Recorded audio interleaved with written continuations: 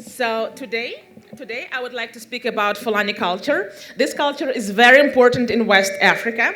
I think Fulani people live in almost every West African country you can ever think of, from Mauritania to Nigeria, from Chad to my country, which I call my second home, Republic of Guinea, Guinea-Conakry. I was asking myself, what makes Fulani people so welcoming, so kind, so honest, very, very honest? As Hule mentioned, when I worked in Guinea, even though Guinea is not my country, I didn't speak Pular, I didn't speak Malinke, I didn't speak any of Guinean languages, but I was still hosted and received there as a daughter. And when I was moving around the world, I lived in Moscow, I lived in Finland, everywhere I go, Fulani people received me so warmly.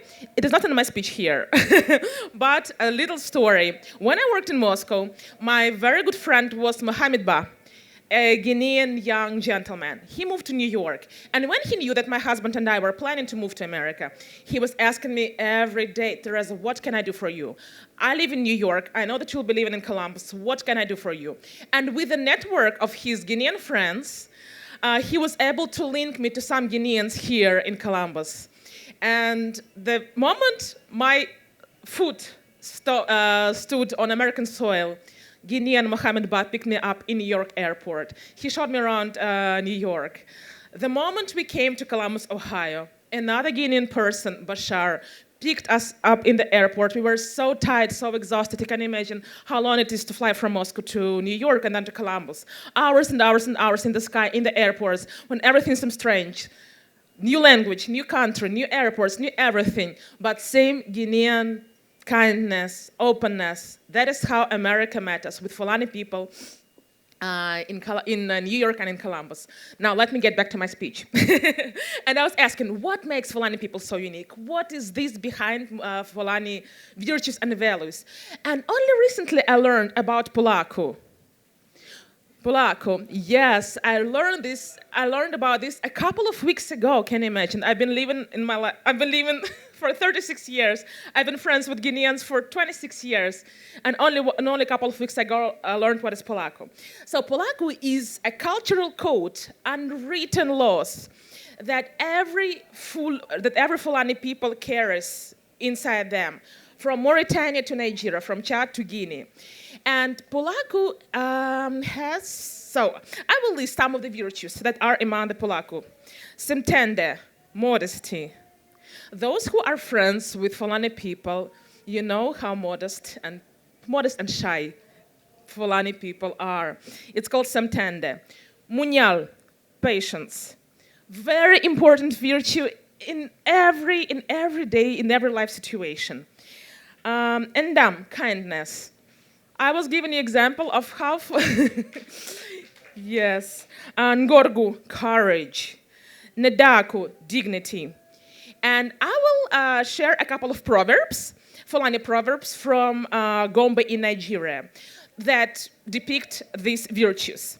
To be granted one's request is shameful enough, let alone when the request is turned down. This describes modesty. How Nigerian Fulanis describe patience through a proverb. No matter how deep a body in the water is, there is fine sand at the bottom. And it means patience. Whatever affects the nose affects the eyes also. We are all connected. This is Ndam, and this depicts kindness. We have the same proverb in Russian. If after eating one is not full, will licking the bowl make one full? No, that is dignity. Pulaagam also includes thoughtfulness, self-restraint, generosity, noble leadership. Another example from history, which I want to bring. In Fouta Djallon is one of the central places very important for Fulani people. A prince called Abdul Rahman Ibrahim Sori. So he was captured in slavery. He was enslaved in Mississippi. And throughout his slavery times, he regained his freedom, by the way, in the end. But still, he carried all of these Pulaku values and virtues throughout all the slavery times. And he was able to win himself a freedom.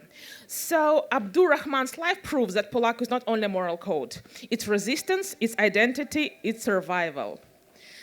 Today I'm wearing a very simple outfit from H&M, but it shows, it has indigo pattern on it.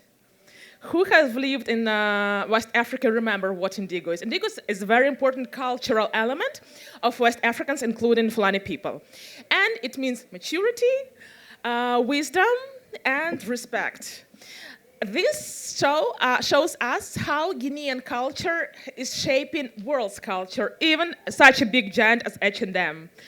But Guinean culture and beauty is not only in fashion, in Guinean hairstyles, but also in music. I ask you to listen to Guinean and Fulani music. One of the most famous artists is Baba Mal from Senegal. His music is very, very beautiful.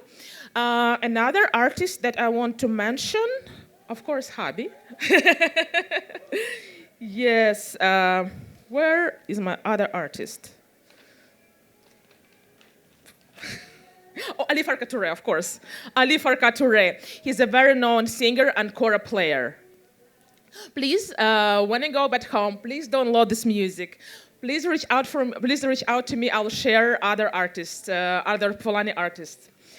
And today, as I'm closing this speech, I want to ask Africans, Americans, non-Americans like us, Russians, to be inspired by Pulaku values. We need to be kind. Please, let us be kind. Let us be courageous. We need courage, especially in these difficult times. Let us carry the Pulaku dignity throughout our lives. And before we go, I have prepared an activity. I listed Pulaku virtues and proverbs. And if you would like to participate, you're welcome to pick up the handout materials on the table and do the matching activity.